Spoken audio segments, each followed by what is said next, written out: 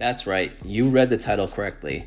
Man, was I wrong about this setup. Here I was talking about keeping small wheels on this beautiful board, preserving the longboard culture, retaining the essence of a true longboard feel with small wheels, and say F big wheels. Boy, was I wrong. I thought bigger wheels would be sluggish and compromise the board's feel and what it was made for. A true longboard vibe. Can I feel that these wheels are bigger under my feet? Sure, but it's not necessarily a bad thing.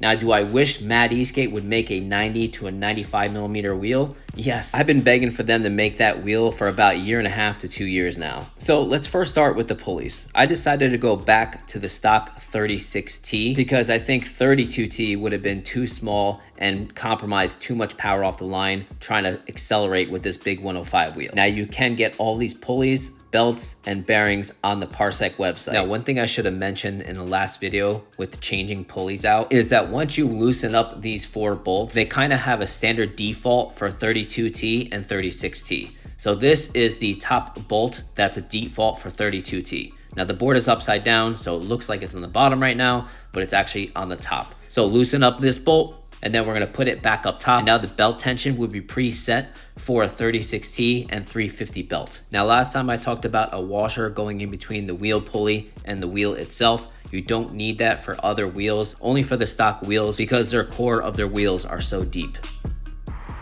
Okay guys, here we go. Top speed test on the Parsec Aero Pro X 105 millimeter boosted wheels with 36T pulleys.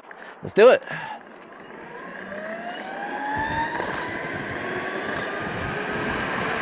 Oh man.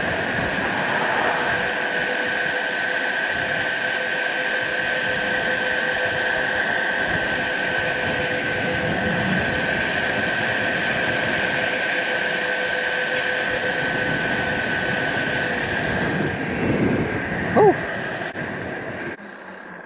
Also, that was up a slight hill.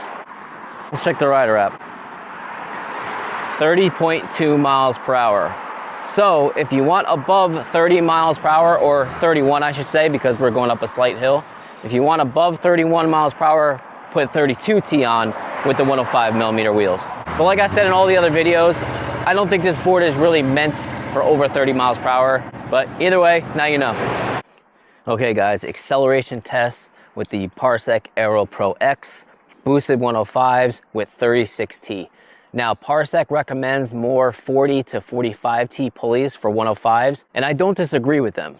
I just personally prefer that mid-range power when you're cruising and you want to do a speed burst. That's what I value the most. I don't really put too much value in a complete stop and ramming on the throttle. But if that's your thing, I would suggest 40 to 45T pulleys because this should have a little bit more of a sluggish feel off the line, but let's check it out.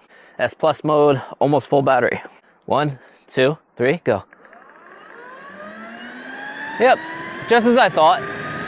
Takes a second to get up there, but it still has plenty of power for 90% of the riders out there. It's not like it's an Amazon board now, it still has good power. It's just not as much as with a 36T 80 millimeter wheel. 36T is somewhat of a small pulley, and now it's trying to carry a big 105 wheel. So again, if you want that more middle ground, and if you prefer to accelerate hard, use a 40 or 45T pulley with the 105 wheels. Oh, and if you hear this noise coming from my wheels,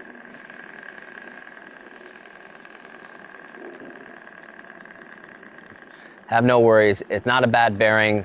The wheel cores have been doing this noise for a very long time. They're very old boosted 105 wheels, so I don't know what's going on, but it's been good so far. So don't think I neglect my bearings.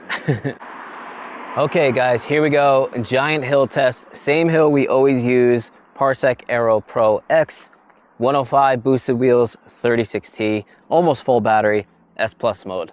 We'll see how she does.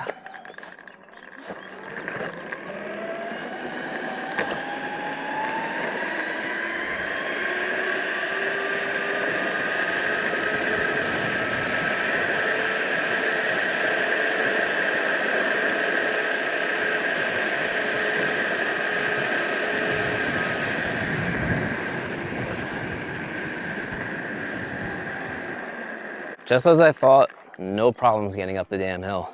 Let's check the rider app. 25.4 miles per hour up the hill with 105 boosted, 36T on the Parsec Aero Pro X. Okay, let's do a brake test with the 105 boosted wheels. Now the first review ever, the belts were incredibly loose. This is still loose for an average board, but for the Parsec, this is not that loose. So my point is, the brakes get even better if the belts aren't crazy loose. Let's try it out. Okay, so let's get up to 15 miles per hour, then yank the brakes. All right, 1, 2, 3, brake. Oh God, I even let off a little bit. Yeah, the brakes are significantly better if the belts aren't crazy loose. Again, you can leave them loose because of the idler, but not crazy loose like I had them in my first review. The brakes are excellent on this board.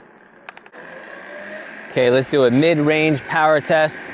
15 miles per hour. I'm gonna yank the throttle. 1, 2, 3, go. Nice.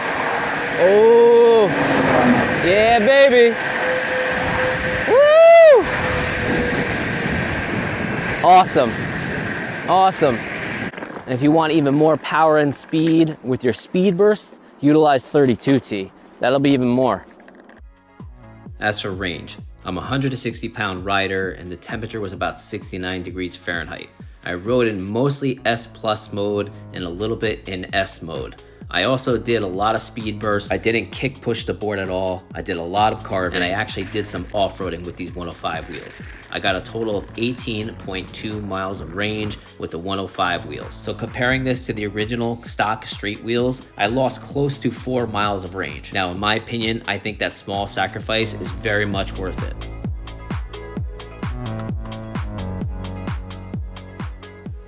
Now, I thought the 105s would take away some control, but I was wrong. I gained more. Forget about the higher speed, forget about the more mid-range power. Put that to the side for a second. I could take turns and lean way harder and be more careless and not worry about braking traction all the time now. With traditional street wheels, I wouldn't dare push it this hard. I wouldn't get this low and go this fast and lean this hard with traditional street wheels. I can also push the carve way harder and not be so focused on anticipating braking traction. And of course, more comfort. This makes bad roads way easier to ride through. So those that are sensitive to road vibrations, this is your setup right here. So if you're just a little bit unsure of buying a Parsec simply because of the stock wheel setup, worry no more. If you have Mad Wheels or Boosted 105s or the Meepo clones or the Tiny 105 clones, you're golden. Just pop these on and you have all the grip in the world. You retain a lot of range. You get the most amount of comfort you can possibly get on any street wheel without compromising too much range. You get the agility, you get the carve, you get this amazing longboarding feel. And for those who like trail riding,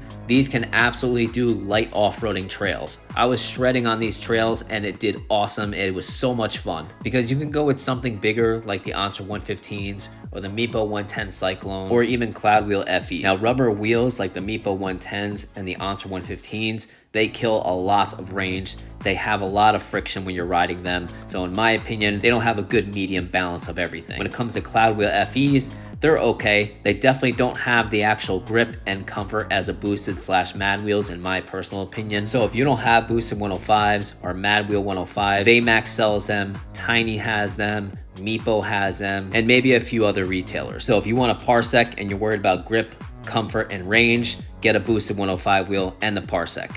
Couple things worth mentioning before we finish this video. The Parsec 10 amp charger is ridiculously small for a 10 amp charger. Here is the Parsec 10 amp charger compared to the onboard Zeus Max 8 amp charger. As you can tell, it's significantly smaller and lighter weight, and yet it still charges the board faster. Now here's a size comparison to a dime a dozen 4 amp charger. As you can see, they're very similar in size. So if you're thinking about range being a problem, whether you purchase the S or the X model, just get a fast charger. When you do your first stop in your group ride, just top off and you'll have plenty of range with the 10 amp charger. Now this is the one downfall I don't like about having big wheels on smaller boards like this. When you step on the board and you start throttling, since the wheels make the board stand up higher, the other side of the board starts angling up and lifts off the ground. Now, I'm not saying that's how you start your ride, but it's easy to do it by accident, you know? See? So I hope you guys enjoyed the video. A lot of people wanted to see this setup tested, so I decided to do it for you guys. Thank you for watching, guys. Please comment, like, share, subscribe. Thanks for watching, guys.